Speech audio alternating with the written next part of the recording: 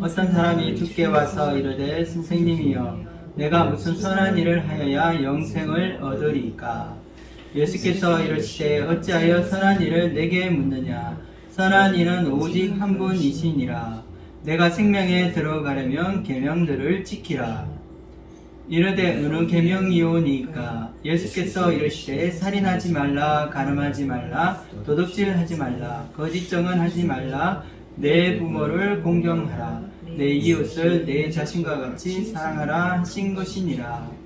그 청년이 이르되 이 모든 것을 내가 지켰사온데 아직도 무엇이 부족하니까?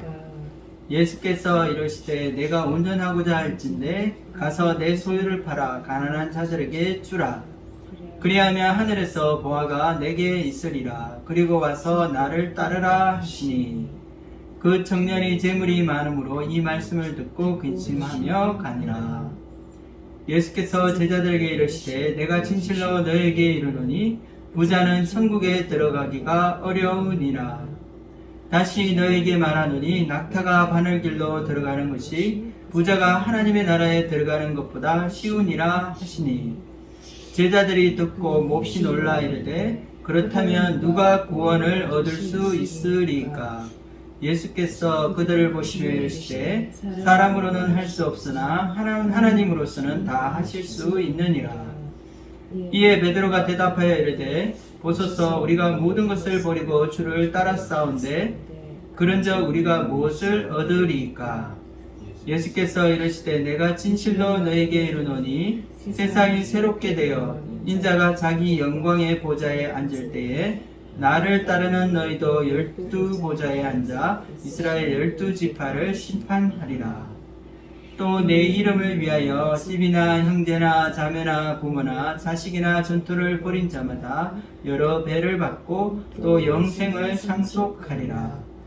그러나 먼저 된 자로서 나중되고 나중된 자로서 먼저 될 자가 많으니라. 아멘.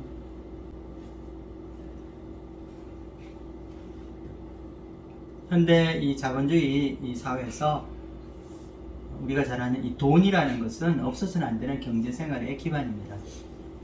많은 점에서 우리 삶에 정말 중요한 역할을 하고 있습니다. 요즘 세상은 돈으로 안 되는 일이 없을 정도로 돈의 위력이 대단합니다. 돈을 많이 가진 자들은 왕처럼 대접받고 가난한 사람들은 돈이 없어서 무시와 서름을 당하고 살아갑니다. 그래서 이 물질 만능주의 시대에 살아가는 현대인들에게는 이 돈을 더 많이 벌고 또 부를 축적하는 것이 자신의 삶의 목적과 의미가 되기도 합니다. 성경은 우리에게 이 물질의 유익에 대해서도 지혜를 가르쳐 주지만 또한 우리의 영적인 생활에 이 장애물이 될 수 있음을 경고하고 있습니다. 그렇게 우애 좋던 형제간도 이 부모의 이 막대한 재산 상속 때문에 서로 법적 이 소송까지 하며 마음이 틀어져 원수가 될 때도 있습니다. 또한 가난하게 살지라도 서로 아껴주고 금실이 좋던 부부도 어느 날 로또에 당첨되어 갑자기 벼락부자가 되면 이 돈 때문에 부부 싸움을 하고 또 이혼으로 가정이 파탄에 이르는 경우를 우리는 많이 볼 수 있습니다. 돈이 우리를 더 편리하고 풍요롭게 해줄 수는 있어도 나의 행복을 가져다 줄 수 없다는 사실을 우리는 알아야 할 것입니다. 결국 이 많은 재물이 우리의 행복을 보장해 줄 것이라는 생각은 환상에 불과하다는 사실입니다. 오늘 예수님의 말씀은 이 부자가 이 천국에 들어가는 것이 얼마나 어려운지 우리에게 경고하고 있습니다. 오늘 말씀을 통해서 이 낙타가 이 바늘귀에 들어가는 것이 부자가 이 하나님의 나라에 들어가는 것보다 더 쉽다고 말씀하신 예수님의 뜻이 무엇인지 함께 배우고 물질을 우상으로 삼는 이 돈을 위한 인생이 아니라 하나님 나라의 보물을 쌓아가는 저와 여러분이 되기를 간절히 기도합니다. 함께 우리 16절 말씀을 읽어볼까요? 어떤 사람이 주께 와서 이르되 선생님이여 내가 무슨 선한 일을 하여야 영생을 얻으리까. 마태복음은 여기서 어떤 사람이 주님께 와서 이 선생님이라고 부르고 있습니다. 같은 이야기를 담고 있는 이 마가복음과 누가복음에는 이 선한 선생님이여 하고 부르고 있습니다. 또한 누가복음에는 이 사람이 직업을 가지고 있는데 이 관리라고 말하고 있습니다. 어쩌면 높은 관직에 있는 유망한 청년일 수도 있습니다. 엘리트 출신의 젊고 이 능력이 많은 이 청년은 성실하고 정직하게 일하여 부자가 되었을지 모릅니다. 오늘날로 말하자면 젊은 나이에 성공해서 이 수십억의 연매출을 올리고 있는 유능한 이 사업가가 된 사람이라고도 할 수 있을 것입니다. 그런데 이 사람은 예수님을 선생님, 곧 랍비로 부르고 있습니다. 이것은 그가 평소에 가지고 있는 이 고민에 대한 해답을 예수님께 여쭤보기 위해 찾아온 것입니다. 당시 랍비들은 이 사람들의 존경과 사랑을 받았다고 합니다. 랍비들은 하나님의 말씀을 연구하고 해석하는 사람들이었습니다. 하나님의 뜻을 알기 위해 많은 사람들이 이 자신의 문제를 가지고 상담하기 위해 랍비를 찾아올 때가 있는 것입니다. 청년이 가지고 온 질문은 영생, 이터널 라이프, 영원한 생명에 대한 것이었습니다. 이 청년은 이 세상에서 성공해서 사람들이 부러워하는 이 부와 명예를 얻은 사람입니다. 하지만 그가 관심이 있는 것은 이 땅의 삶뿐 아니라 이 죽고 나서 가게 될 이 내세의 삶이었습니다. 또한 그는 유대인으로 아마 하나님의 율법에 철저히 순종하는 그런 사람이었을 것입니다. 어떻게 하면 그는 이 영원한 생명을 얻을 수 있는지 알고 싶었습니다. 이처럼 영생에 대한 갈급함이 있던 청년이 예수님께 드린 이 질문은 일반적으로 구원을 얻는 이 방법을 논하는 신학적이고 교리적인 질문이 아니었습니다. 이것은 바로 자신의 삶에 적용할 수 있는 이 개인의 구원에 대한 내용이었습니다. 그의 질문을 살펴보면 그는 이 선한 일을 통해서 이 영원한 생명, 이 영생을 얻을 수 있다고 생각하는 그런 생각을 가지고 있는 사람임을 알 수 있습니다. 예수님께서는 인간은 결코 선해질 수 없으며 이 선한 분은 오직 하나님 한 분이라는 이 사실을 이렇게 꼭 꼬집어서 말씀해 주고 있습니다. 17절 말씀을 읽어보겠습니다. 예수께서 이르시되 어찌하여 선한 일을 내게 묻느냐? 선한 이는 오직 한 분이시니라. 내가 생명에 들어가려면 계명들을 지키라. 이 예수님의 말씀대로 인간은 정말 선해질 수 없는 것일까요? 선행을 행하고 또 참선을 하고 이와 같이 진리를 구하는 행위는 하나님을 찾는 행위라고 할 수 있습니다. 인간이 선해지려고 노력하는 것은 나쁜 것이 아닙니다. 그러나 인간이 행할 수 있는 선에는 한계가 있습니다. 즉 우리가 아무리 노력해도 하나님이 원하시는 이 절대 선에는 이룰 수 없다는 것입니다. 이처럼 인간의 측면에서 신에게 도달하고자 하는 모든 노력과 수고는 그 나름대로 귀하기는 하지만 결코 이 하나님께 도달할 수 없을 뿐 아니라 이것이 오히려 자기 의를 쌓는 결과가 될 수 있다는 것입니다. 하나님 앞에 나아가는데 오히려 이 방해가 되는 더러운 옷과 같은 자기 의가 될 수 있는 것입니다. 하나님의 절대적인 이 선 그리고 인간의 선 이 사이에는 엄청난 차이가 난다는 사실을 예수님께서 지금 말씀하고 있는 것입니다. 여러분은 인간이 선할 수 있다고 생각하십니까? 그리고 이런 인간의 선행으로 인간이 구원에 이를 수 있다고 생각하십니까? 우리는 인간의 이 불완전한 이 선에 집중하기보다는 이 완전하신 하나님의 선하심을 생각해 보아야 할 것입니다.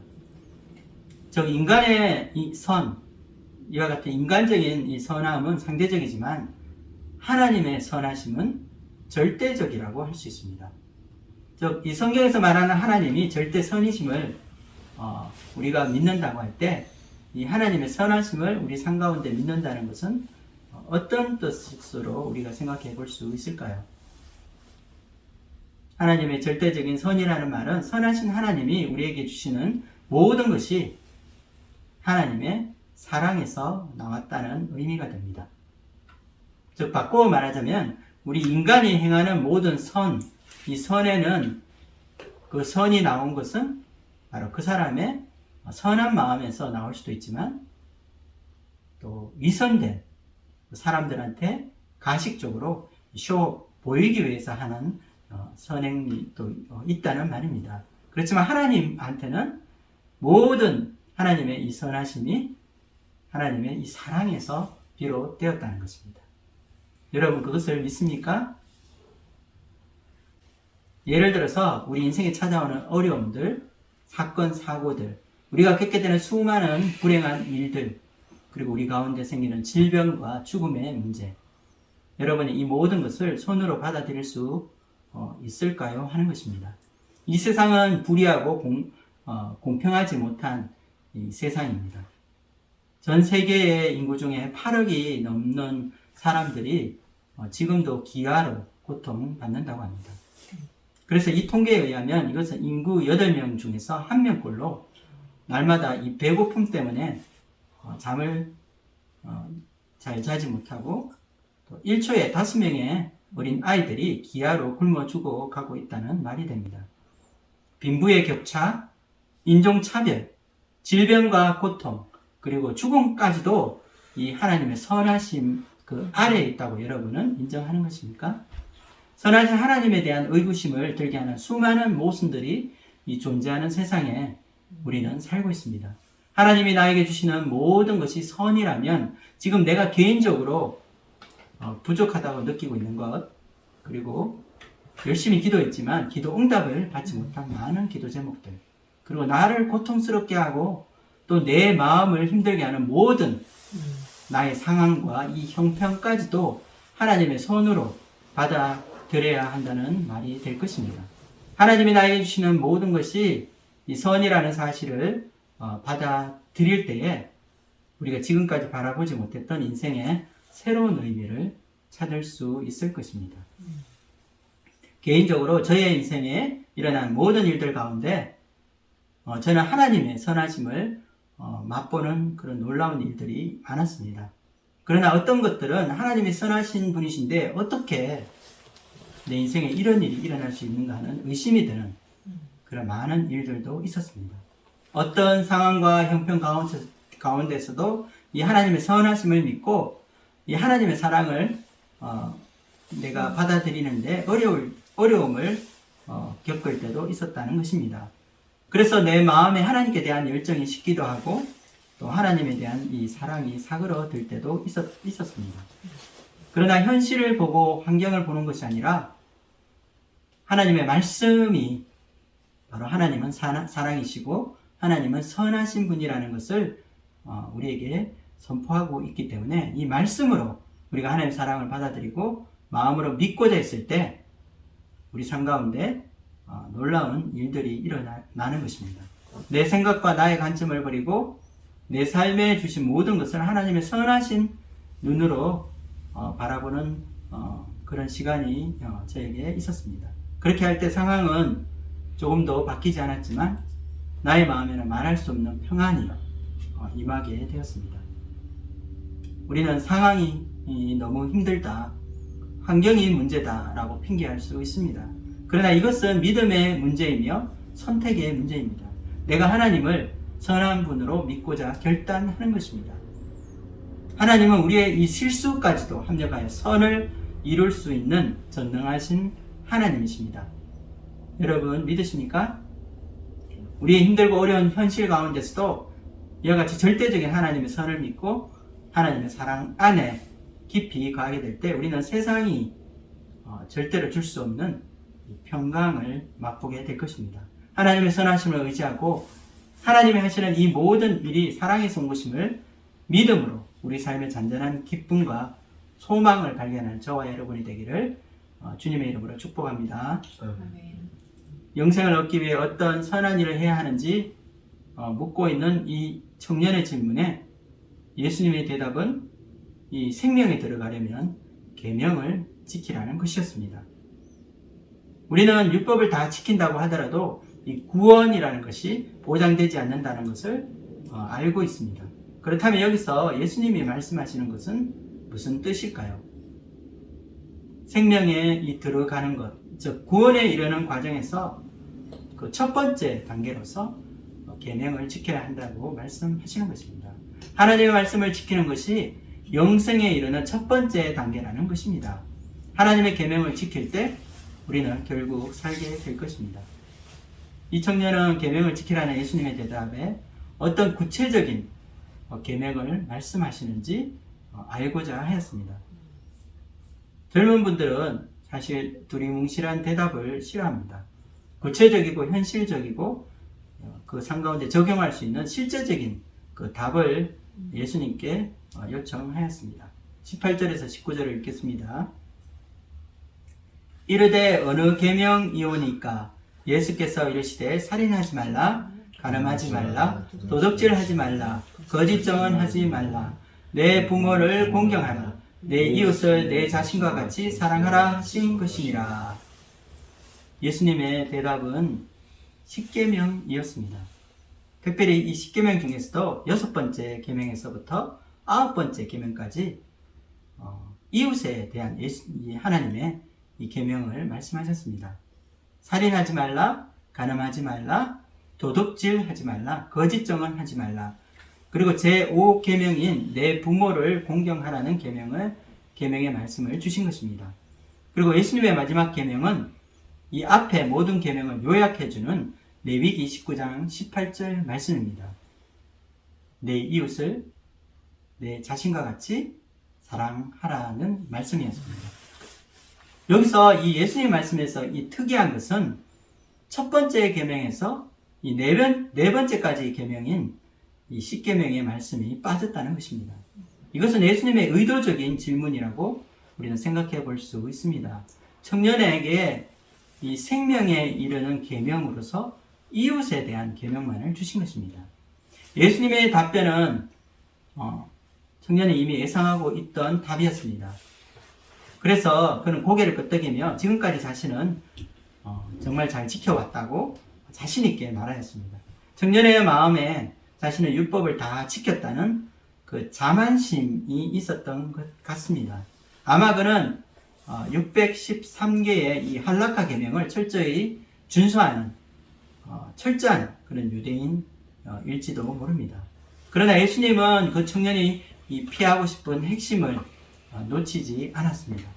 가장 깊은 이 마음속에 드러나지 않았던 한 문제에 예수님은 도전하고 계신 것입니다. 21절 말씀을 읽겠습니다. 예수께서 이르시되 내가 온전하고자 할진대 가서 내 소유를 팔아 가난한 자들에게 주라. 그리하면 하늘에서 보화가 내게 있으리라. 그리고 와서 나를 따르라 하시니. 주님께서 이 청년을 보시며 네가 정말 온전하고자 할진대 소유를 팔아 가난한 자들에게 주라 이렇게 말씀하셨습니다. 그리고 이렇게 네가 하면 하늘의 보화를 쌓을 것이라고 권면하시고 있는 것입니다. 예수님이 언급하신 온전하고자 할진대라는 말씀에서 온전하다는 이 헬라 원어는 이 텔레이오스입니다. 그런데 이 텔레이오스는 우리말로 해석하면 완전하다 혹은 다 성장하다, 잘하다라는 뜻으로 사용되고 있습니다. 그러나 여기서 말하는 온전함이라는 것은 결함이 전혀 없는 완벽함이나 부족함이 없는 성숙의 이 수준까지를 요구하는 것이 아닙니다. 예수님의 입장에서 볼 때 이것은 이 청년에게 완벽한 것을 요구하는 무리한 요구가 아니라 이 청년이 영생에 들어가기 위해서 필요한 가장 기본적인 이 사랑의 실천으로 여기신 것이라 생각해 볼 수 있습니다. 이 청년은 당시 유대인들이 했던 것처럼 가난한 자를 위한 기부를 아낌없이 베풀고 있었을 것입니다. 그런데 지금 청년에게 요구하시는 예수님의 말씀에는 전적인 희생과 이 헌신을 의미하고 있습니다. 가진 전부를, 이 부자 청년이 가지고 있는 전부를 가난한 자들에게 주라는 이 말씀이 사실은 이 청년에게 시험이 될 수 있는 것입니다. 그런데 이 말씀은 예수님이 청년의 마음에 하나님의 자리가 있는지 물어보는 테스트였습니다. 자기가 가진 모든 소유를 다 팔아 가난한 자들을 섬길 수 있을 만큼 내가 하나님을 사랑하느냐 하고 하는 질문인 것입니다. 앞에서 예수님께서는 십계명에서 첫 번째에서 네 번째까지 이 하나님에 대한 부분을 빼고 질문하셨는데, 이제 네가 하나님을 사랑하는지 주님께서 질문하고 있는 것입니다. 하나님을 세상의 어떤 것보다 사랑하고 있는지 이 청년에게 묻고 있는 것입니다. 예수님께서는 이 청년에게 모든 소유를 다 팔라고 말씀하셨는지, 아니면 일부를 팔라고, 일부만 팔아도 된다고 하셨는지, 이런 것이 사실은 우리의 관심이 될 수 있습니다. 왜냐하면 우리가 이 말씀을 들을 때마다 참 마음에 참 알지 못하는 부담감이 들어옵니다. 그것은 뭐냐면 내가 가진 것을 다 버리고 무소유, 그러니까 아무것도 없이 무소유가 되어야 천국에 들어가야 될지 하고 하는 그런 마음에 의문들이 들기 때문입니다. 그러나 예수님의 관심은 뒤에 나오는 그리고 와서 나를 따르라 라는 말씀이 있습니다. 예수님은 지금 이 청년에게 소망을 두고 계신 것입니다. 그를 제자로 부르시는 것입니다. 우리가 잘 아는 마가복음 10장 21절에는 그를 사랑하사라는 표현이 들어있습니다. 즉 예수님은 그를 사랑하셨습니다. 그리고 그를 특별하게 보신 것입니다. 그에게서 어떤 영적 지도자로서의 가능성을 보셨는지도 모릅니다. 또한 예수님과 가까이 친밀하게 따를 수 있는 이 제자의 삶을 살 수 있는 부르심의 특별한 은혜를 그에게 주신 것입니다. 청년이 생각한 천국이라는 것은 죽음 이후 내세에서 살게 될 하나님의 나라였지만, 예수님이 생각하는 천국은 바로 하나님의 나라의 왕권을 가지고 오신 그 예수님 자신과 함께 살아가는 이 땅의 삶이었습니다. 예수님은 이 땅에 천국을 가지고 오신 하나님의 아들이십니다. 예수님과 함께하는 것이 천국에 사는 것이고 영생의 삶을 누리는 것이라 우리는 말할 수 있는 것입니다. 예수님을 추구함으로 하늘의 보물을 구하는 삶을 사는 것입니다. 하나님의 아들로 오신 예수님이 바로 영생의 삶이 되는 것입니다. 우리 함께 요한복음 17장 3절 말씀을 읽어보도록 하겠습니다. 영생은 곧 유일하신 참 하나님과 그의 보내신 자 예수 그리스도를 아는 것이니라. 이 말씀에서 우리는 영생의 정의를 알 수 있습니다. Eternal life, 영원한 생명, 영원한 삶. 성경에서 말하는 영생의 정의는 바로 영원하신 하나님과 함께 교제하며 하나님과 사는 것입니다. 바로 하나님의 아들 예수 그리스도와 함께 있는 것이 바로 영생의 삶이라는 것입니다. 나를 따르라. 예수님께서 이 청년에게 주신 이 말씀은 단순한 말씀이 아니라 이 천국의 주인이신 예수님의 제자로 불러주시는 말씀이라 할 수 있습니다. 예수님을 따르기 위해서는 물질을 추구하는 삶이 바뀌어야 하는 것입니다. 삶의 전적인 변화 그리고 삶의 방향의 전환이 필요하다는 것입니다. 예수님을 따르기 위해 그에게 적극적인 삶의 변화를 요구하신 것입니다. 지금까지는 이 청년이 자기를 위해 이 재물을 추구하며 이 재물 쌓는 것을 즐거워하며 그것을 낙으로 살았던 삶을 살았다면 이 모든 것을 내려놓아야 하는 것입니다. 쌓아놓은 이 세상의 보물을 포기하고 이제 예수님을 따르라는 말입니다. 청년은 열심히 계명을 지키며 이 정도면 내가 하나님 나라에 들어갈 수 있다고 생각했을지 모릅니다. 그러나 예수님이 원하시는 것은 우리 내면이 바뀌는 것입니다.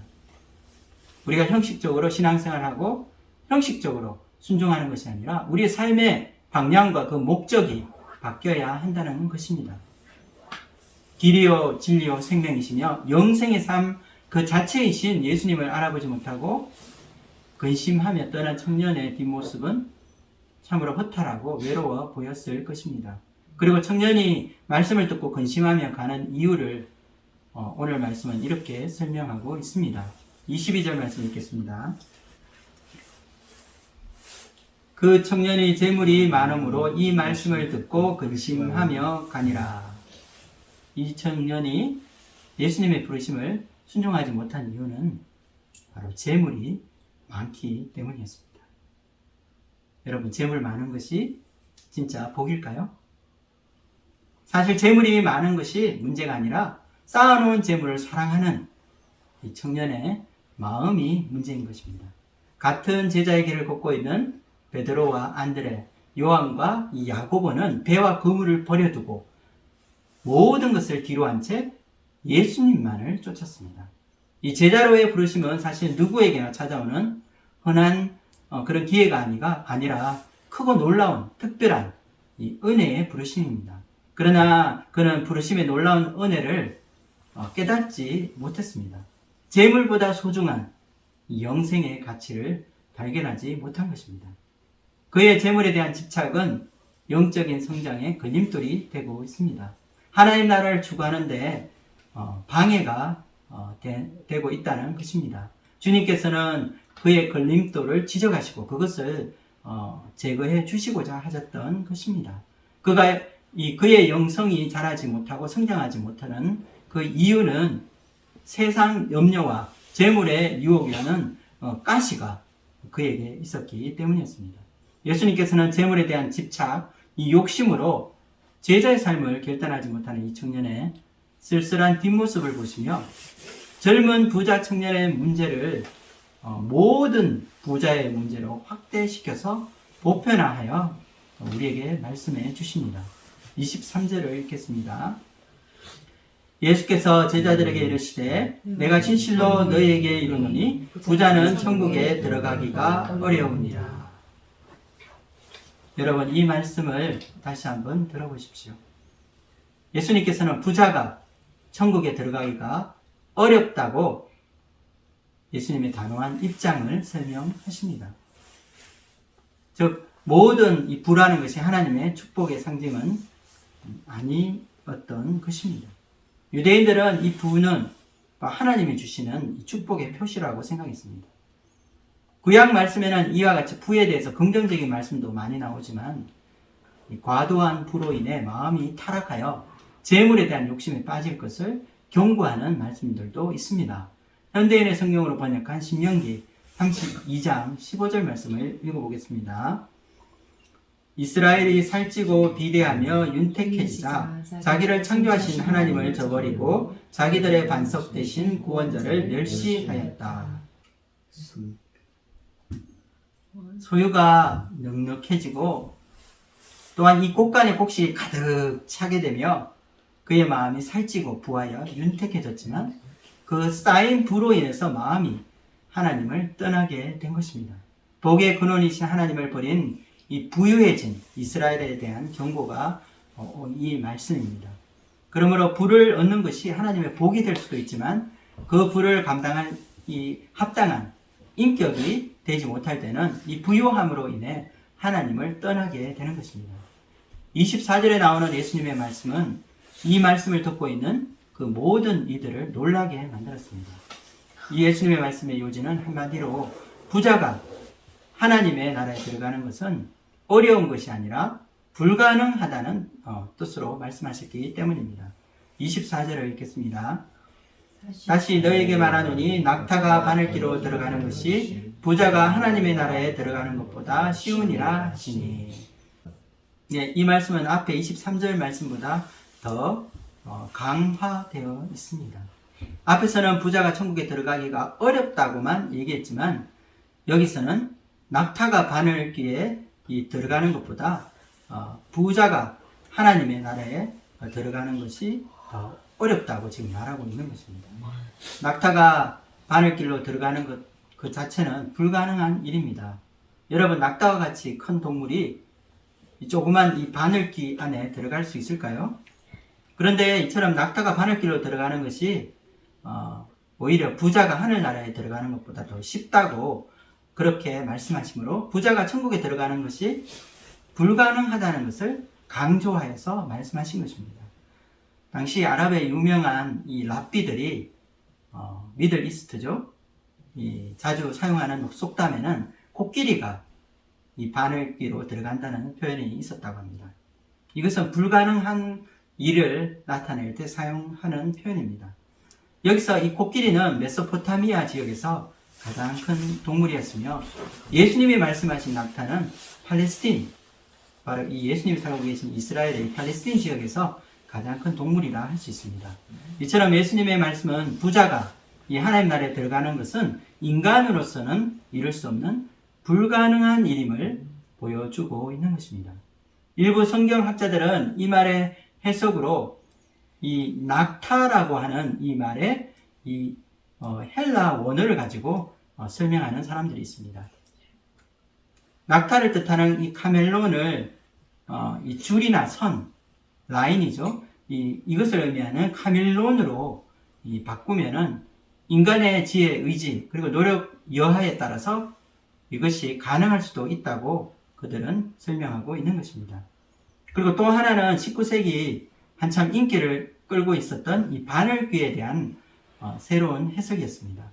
즉, 이 바늘귀라는 것이 실제 바늘귀가 아니라 낙타가 지나가는 길을 이 예루살렘 이 성벽의 작은 문, 낙타가 지나가는 길을 만들어 놓은 이 예루살렘 성벽의 작은 문의 이름이라고 해석하는 것입니다. 즉, 낙타가 이 좁은 문을 통과하기 위해서는 짐도 내려놓고 무릎도 함께 꿇어야 한다는 해석을 내놓고 있는 것입니다. 그러나 이 두 가지 설명은 결국 예수님이 이 부자가 천국에 들어갈 수 없다고 한 것이 아님을 말하고 있는 것입니다.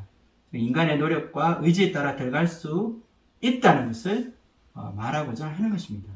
하지만 이들은 예수님의 이 의도를 전혀 이해하지 못하고 설명하고 있는 것입니다. 예수님의 진정한 의도는, 이 말씀의 의도는 바로 낙타가 이 바늘귀로 들어갈 수 없듯이 부자가 하나님 나라에 들어갈 수 없다는 그런 말을 한 것입니다. 이처럼 천국에 들어가고자 하는 이 부자뿐 아니라 모든 사람으로 우리는 확대 해석해야 될 것입니다. 세상에 있는 모든 사람이 이 천국에 들어가고자 노력하고 수고하는 것은 사실 헛수고가 될 것입니다. 들어갈 수 없다는 것입니다.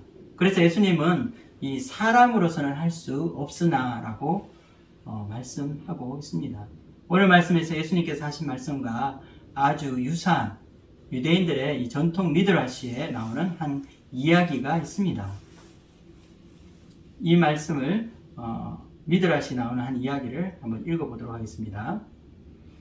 하나님께서는 유대인들에게 회개하기를 원하시면서 이렇게 말씀하셨다. 바늘귀만한 구멍을 만들어라. 그러면 내가 그것을 넓혀서 낙타가 지나갈 수 있도록 하겠다. 이것은 전통 이 유대인들의 이 미드라시에 나와 있는 이 성경의 해석입니다.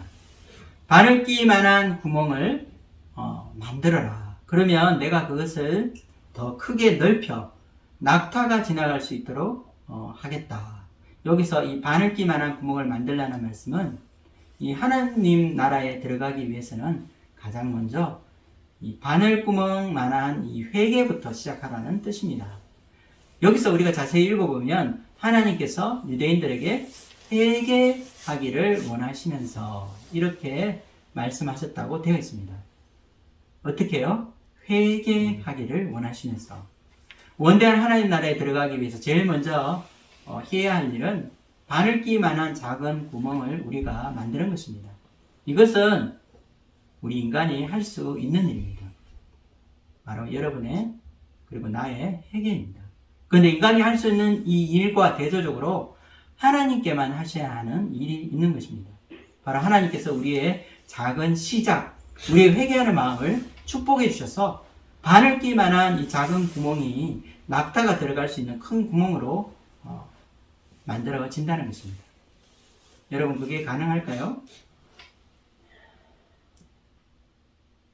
이와 같이 바늘귀만한 작은 구멍을 내는 일은 인간이 할 수 있는 일이지만 그렇다고 해서 이 낙타가 그 작은 구멍으로 들어갈 수 있는 것은 아닙니다.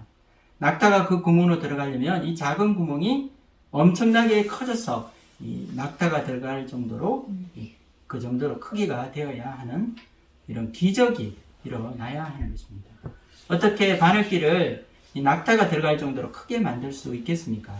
이것은 사실 현실에서 일어날 수 없는 일입니다. 그래서 우리는 이것을 기적이라고 부릅니다. 구원에 이르려면은 우리가 이해할 수 없는, 우리 힘으로 할 수 없는 하나님의 기적, 즉 하나님이 값없이 베풀어 주시는 이 은혜가 있어야 한다는 것을 강조하고 있는 것입니다. 여러분, 하나님의 나라는 하나님의 선물입니다. 우리가 조금만 겸손하게 머리 숙이고 들어갈 수 있는 그런 구원의 문이 있는 것이 아니라 우리의 어떠한 인간적인 노력과 의료도 도저히 불가능한 것이 천국에 들어가는 것입니다. 그러므로 우리는 어떻게 해야 할까요? 우리의 힘으로 불가능한 이 구원을 이루어 주신 이 하나님께 감사해야 하는 것입니다. 우리가 구원의 은혜를 깨닫게 될 때 우리의 신앙생활은 감사와 찬양이 충만하게 될 것입니다. 왜냐하면 이것은 우리의 힘으로 불가능한 것이기 때문입니다. 주님이 원하시는 것이 바로 우리의 감사하는 마음입니다. 저와 여러분이 오늘 이 마태복음 이 19장 말씀을 묵상하면서 불가능을 가능하게 하시고 또 우리에게 은혜로 값없이 구원의 선물을 주신 하나님의 사랑을 기억하고 감사하는 한 주가 되기를 소망합니다. 우리는 어떤 선행과 노력에도 우리의 의로도 들어갈 수 없는 이 하나님 나라의 거룩한 백성으로 우리를 불러주시고 값없이 하나님의 자녀로 삼아주신 이 주님의 은혜에 날마다 감사와 찬양을 우리는 올려드리는 저와 여러분이 되기를 주님의 이름으로 축복합니다. 그러나 이렇게 우리가 하나님께서 다 일을 하시기 때문에 우리는 아무것도 하지 않고 가만히 있어도 된다는 뜻은 아닙니다. 하나님 편에서 일하실 때 우리 인간 편에서도 해야 하는 작은 일이 있습니다. 그것은 작은 일이지만 바로 회개의 구멍을 뚫는 일을 해야 한다는 것입니다. 유대인들에게 있어 회개는 마음을 뉘우치는 이 마음의 작용이라기보다는 우리 이 행동, 우리의 행위의 이 변화를 의미했습니다. 즉 유대인들에게 있어 회개하고 회심했다는 것은 삶의 변화를 통해 그 증거가 나타나야 한다는 것을 의미하는 것입니다. 즉 말씀에 순종하는 이 변화된 삶이 바로 우리가 회개했다는 가장 큰 증거이고 영적인 성장을 통해서 보여주는 우리 신앙의 열매라고 할 수 있습니다. 예수님께서도 믿음을 강조하시고 나를 믿는 자가 영원한 생명을 얻을 것이다. 나는 하늘에서 내려온 산떡이니 나를 먹고 나의 피를 마셔라. 주님께서 자신을 믿고 의지하며 자신을 받아들이는 그 사람이 구원을 얻는다고 말씀하셨지만 또한 주님께서는 우리의 행위도 말씀하셨습니다. 예수님께서는 구원받는 사람의 이 삶의 열매와 이 변화도 강조하신 것입니다. 마태복음 7장 21절 말씀을 함께 읽어보겠습니다. 나더러 주여 주여 하는 자마다 다 천국에 들어갈 것이 아니요 다만 하늘에 계신 내 아버지의 뜻대로 행하는 자라야 들어가리라.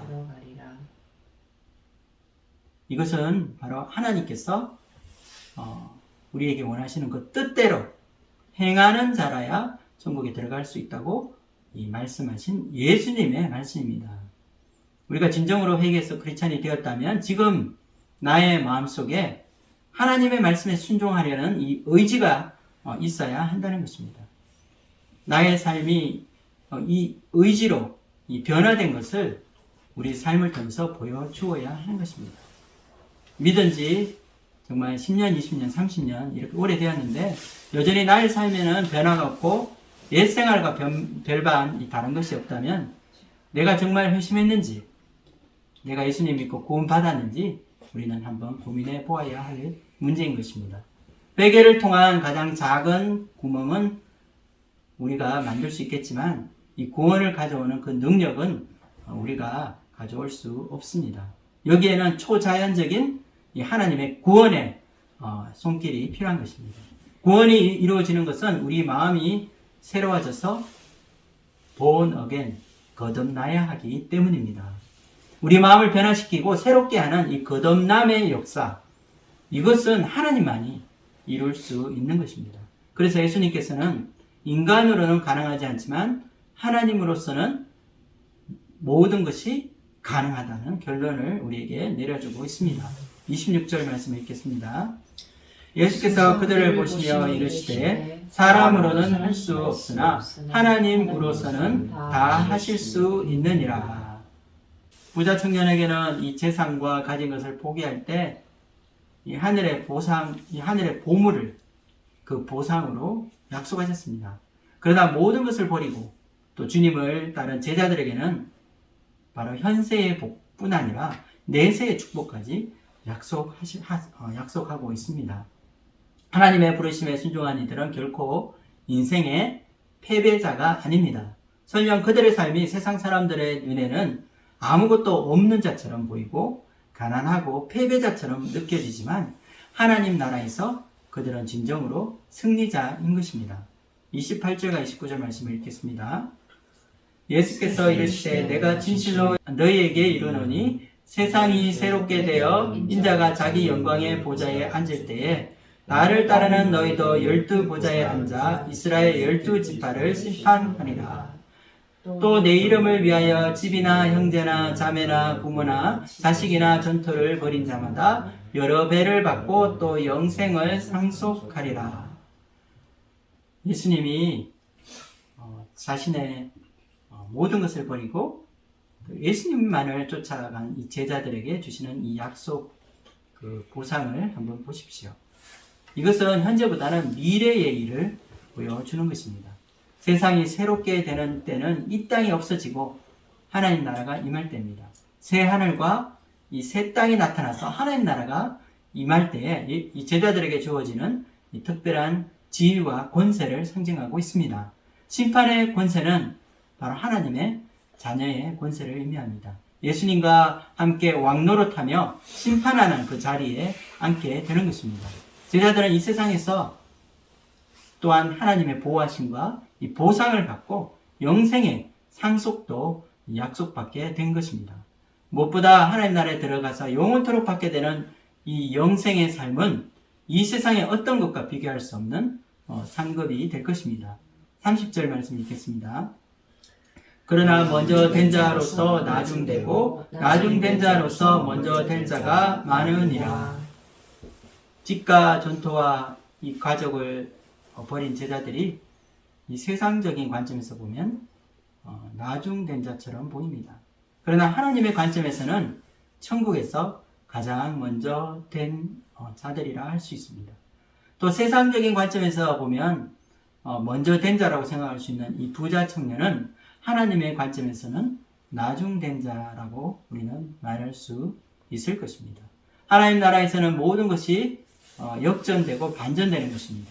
또한 제자들이 모든 것을 버려두고 예수님을 쫓으면서 먼저 되었지만 당연히 자신들이 천국에서 가장 큰 자라고 생각하는 순간 가장 작은 자가 될 수도 있다는 뜻입니다. 천국은 인간의 노력이나 희생에 의한 것이 아니라 하나님의 100% 은혜로 가는 곳이기 때문입니다. 그러므로 천국에서의 삶은 이 세상의 부와 이 가난이라는 빈부의 개념, 또 큰 자와 작은 자라는 이 계급의 순위, 또 있는 자와 없는 자라는 이 계층의 관점을 완전히 뒤바꾸게 될 것입니다. 천국은 모든 사람들에게 공평하며 모든 사람들에게 평등한 세상일 수도 있는 것입니다. 오늘 말씀을 정리하겠습니다. 우리 크리스찬들이 점점 더 세상 사람들을 닮아가서 우리가 하늘의 이 복도 누리지만 이 땅에서의 삶에서도 더 많은 복을 누리고자 욕심내는 것을 보게 됩니다. 하나님 나라의 가치가 우리의 이 삶의 이 모든 것이 되어야 할 것입니다.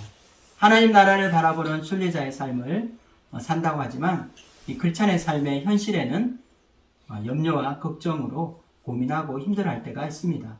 어떤 상황과 형편에서도 우리는 하나님의 선하심을 믿고 그분의 사랑을 신뢰할 때 우리의 관점과 시각이 바뀌게 될 것입니다. 우리가 밟고 있는 이 땅에서의 삶이 누추하고 공고할지라도 우리가 바라보고 우리가 이 훗날 가게 될 하나님 나라는 우리의 진정한 소망이 될 것입니다. 하나님 나라는 우리의 힘과 의지로 들어갈 수 없는 것입니다. 주님의 일방적인 은혜로 값없이 하나님의 선물로 우리에게 허락되는 것이기 때문입니다. 우리가 할 수 있는 일은 바로 작은 회개의 구멍을 만드는 것입니다. 그렇게 할 때 하나님께서 낙타도 들어갈 수 있는 큰 구멍을 만드는 그 기적을 우리에게 보여주실 것입니다. 진정한 회개란 우리의 삶의 변화일 것입니다. 하나님 나라의 백성이 누리는 진정한 기쁨, 이 천국 소망으로 우리가 늘 감사가 넘치는 그런 삶을 살 수 있기를 기도합니다. 마지막으로 예수님께서는 저와 여러분, 우리 모두를 제자의 삶으로 부르셨습니다. 이 제자의 삶은 영생이 되시는 예수님과 함께 동행하며 그분의 삶을 배우고 그분 안에 거하는 삶입니다. 이 삶이야말로 이 하늘의 보화를 현실에서 누리는 가장 축복된 삶이라고 할 수 있을 것입니다. 한 주간도 저와 여러분이 이 땅의 순례자로 살아갈지라도 이 하나님 나라의 소망을 가지고 진정으로 복된 삶을 살 수 있기를 기도합니다.